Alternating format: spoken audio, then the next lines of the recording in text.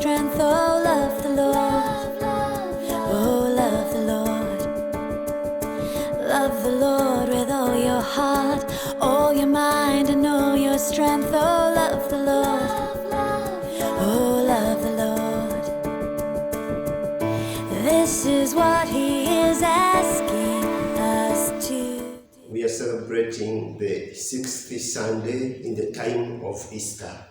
The Sunday we celebrate this time is a Sunday that is focusing so much on the essence of our relationship with God and our relationship with one another. And in fact, it centers on the core of Christian life, and that is love. The theme of this Sunday comes from the second reading, which says, God is love. And God being love, the readings show us how God is love, how we too must relate with one another, how we too must be in this love, and what comes for us when we love, loving God and loving one another. The first reading tells us that God loves, and in God there is no partiality. God doesn't have favorites. God doesn't have the best people. We are all the same when it comes to giving us His love. The first reading gives us an example of Cornelius. This was a soldier. He was not a Jew, and when they called Peter, and Peter entered their house, they spoke in languages, and they could all understand. They experienced the love of God in the life-giving spirit, and they praised God. The Jews who were there were so much astonished that even God would work amidst those who were non-Jews. And the reading emphasizes, in God there is no partiality, there are no favorites. Therefore, whoever comes to God, irrespective of race, irrespective of culture, irrespective of language, irrespective of tribe, God will not show us His love on a basis of, yeah, you are my people because you speak this language. You are my people because you have this tribe. No. For loving us, God has loved us, and He loves us equally. Looking at this love of God makes us again to look in our lives as Christians. In fact, whenever we pray, whenever we speak to God in prayer, in thanksgiving, in lamentations, our prayer is a call. Our life, living a worthy life as Christians, it is a call and a request, asking God to come to our help, to come in our lives, to come in our businesses, to extend His divine hand in all our endeavors, to extend His healing hand in our bodies, in our spirits, to extend His aid in all realms of our life. As we celebrate this Sunday, God's love gives us an answer to this request. You want God to come in your life. You want to be in God. You want God's divine hand to come to you. Love. Just love one another. Whoever loves lives in God, because God is love. Secondly, our Christian life, as we move on, as we journey with one another, we are called upon to not only speak of the love of God, but make our life centered, focused, and moving along the path of God's love. Let us recall in our baptism the first three questions that are asked the parents and the godparents in baptism. They always remind us, help us to focus on what is very important in our Christian life. The minister asks, dear parents, what do you ask of the church for this child? And they respond, baptism. Then the second question, that is the introduction. Then the body of the introduction. Parents and godparents, do you understand the responsibilities and duties you have on this child? That is, to train the faith to this child, help him or teach him or her to love God and neighbor. Do you understand? Then they said, I do. The conclusion of the introduction still emphasizes this love of God and neighbor. Godparents, do you understand the responsibility you undertake to help the parents in their duty? The other duty that is mentioned, helping the child to grow in faith and loving God and the neighbor as Christ taught us. This already shows to us that even when we are introduced to Christian living in baptism, we are given a sole responsibility. We are already given the core of life in Christian faith, and that is love of God and love of neighbor. Therefore, in baptism, we are already pointed to a reality of God's love. And so, parents are called upon to teach these young ones how to love God, how to love their neighbor. Then the entire community is called upon to recall we are also baptized. Therefore, as Christians, our life should be centered on loving God and our neighbor. And these are the hinges of faith. St. Paul emphasizes that even though in the letter to the Colossians, he emphasizes, put on love, because it is the bond of perfection. As we live as a Christian community, we ascertain and we truly confirm we are imperfect, but we are called upon to put on love as the last garment, such that the bond of perfection is among us, such that the holiness we seek is accessible. And therefore, if we are to ask anything of God, for God to come in our lives, we are called on love. As God is love, whoever loves is in God. Second, as we journey on towards perfection, we are again called, put on love, because it is the bond of perfection. We as Christians, we would ask ourselves, how does God begin to love us? Is it abrupt? Is it planned? Is it a trap that maybe God is pretending to love us, but at the end, he has no plan for us? So the second reading is helping us to again look in the salvation history, that truly God has loved us from the beginning. He loved us. He even sent his only begotten Son. In John 3:16, God, out of love, he sent his only begotten Son. He knew we are sinners, we were lost, and we deserved death. But he did not want us to go for death. Therefore, he sent his beloved Son, such that whoever believes in him can have eternal life, can be saved.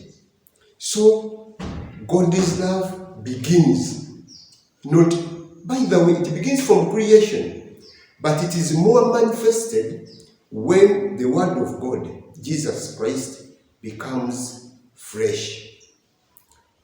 This love of God is again manifested in Jesus Christ. For Jesus Christ was obedient to God the Father, and he carried on the mission of the Father. But even Jesus loved us to the extent that he taught us all the truth in word and in deed. By teaching us, he gave us a call that we can all come to God with full knowledge. We can all come to God understanding that truly the one we are coming to has eternity for us, so that we can live what takes us to death and turn to what gives us life. And Jesus did not love us to the extent of only informing us, only bringing us the good news, only telling us the truth, but to the extent, like in the gospel he says, no one loves like one who gives up his life for his friends. So Jesus loved us to the extent he knew we were sinners. He gave us all the knowledge, all the truth, but we needed to be redeemed.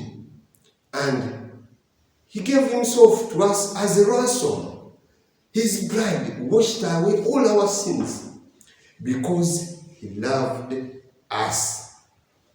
When Jesus loved us and gave us this great invitation to love him, love God, many of us would think it is us who have loved God.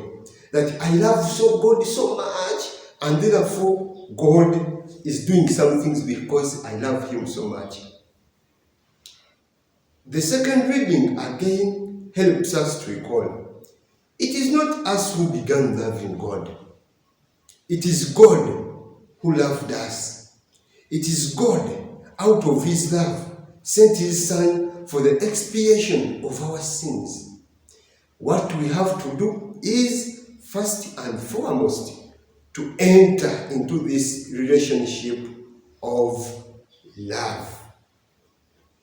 In the gospel today, as Jesus talks of the one who loves more, the one who gives up his commandments, he calls upon us in a very, very, very special way. As he loves the Father and the Father loves him, we who believe in him, who have faith in him, we also have a responsibility to live in this love of God. We can compare this love of God the Father and Jesus to marriage. The husband loves the wife in return loves the husband. All the people who are to live in the family of this couple, in order to have peace, in order to succeed in this family, you have to be in the love of this couple. When the couple loves each other, even the things around them are going to be peaceful. There's going to be harmony. Everything that you plan, those who live around, they will reach a completion. And the vice versa. So many families where you may go and they are not in good terms, the married couples. Love seems to cease. Even the people around them, they are never at peace. Even the utensils which would be used to eat at times are thrown to one another. A fork that is used to eat becomes a weapon to harm one another when there is no love. So when Jesus reminds us, God loves him. He loves God and he loves us. And he calls you and me. Can we be in this love of God? We as Christians, we all come out to say, truly, it is not easy to be perfect from day one of the year up to the end. And therefore, we will ask, it is not easy to be in the love of God, as it is so challenging to remain perfect in this love relationship of God and us. But Jesus gives us a trick. You want to live in the love of God? Keep my commandments. Abide in my commandments. Be faithful to my commandments. At this moment, we would think of the 10 commandments. Let's keep the 10 commandments. Maybe when we keep them, we shall have love. We shall be with God. God will be in us. We may think of keeping the commandments of the church. We may think of keeping the rules and regulations of the communities where we are. Those are commandments given to us by the leaders who are appointed by God. But Jesus comes out once again to emphasize the commandment he gives us, the greatest commandment, if we are to be in this relationship of love with God, is a commandment to love one another. So this Sunday we are called upon, love one another as I have loved you. That commandment should really make us Christians, Catholics, a very special community, should make us a very special people that will love everyone as Jesus has loved us. There is normally a saying which says, love is blind, love is patient, love forgives. If we are to love one another as Jesus calls us, we should also recall Jesus is patient with us, and so we have to be patient with one another. Jesus is so forgiving, and so we have also to forgive one another. Jesus is so kind to everyone, irrespective of race, irrespective of family, so kind. And so, loving one another as he loved, we ought to be also kind. This reminds me of our late Archbishop. He used to say, if you know you don't want your property to be stolen, why should you steal? If you know you don't want to be lied to, why do you lie to others? If you know you don't want anybody to take your wife, why do you go to other people's wives or to other people's husbands? The love of God should, in the first place, make us Christ-like. Therefore, when Jesus calls us to love like he loved, he's calling us to not only say we love God and neighbor, but even transform our lives. When we love as Jesus loved, when we love as Jesus taught us, he assures us we shall be his friends. We shall not be servants, because in the gospel he asserts, servants do not know the will, the aim of their master. But you know it. What is the aim of God's love for us? What is his call? To call us to love one another, such that we are in him, such that whatever we ask of him, we can get. We can't be servants when we love a commandment God has given us, is leading us to the fullness of Christian life. God is love. Whoever loves lives in God, and God lives in him. The Lord be with you.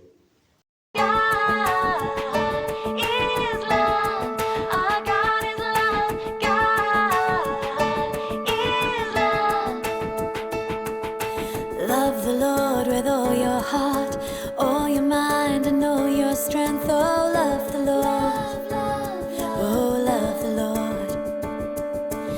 Love the Lord with all your heart, all your mind, and all your strength. Oh, love the Lord.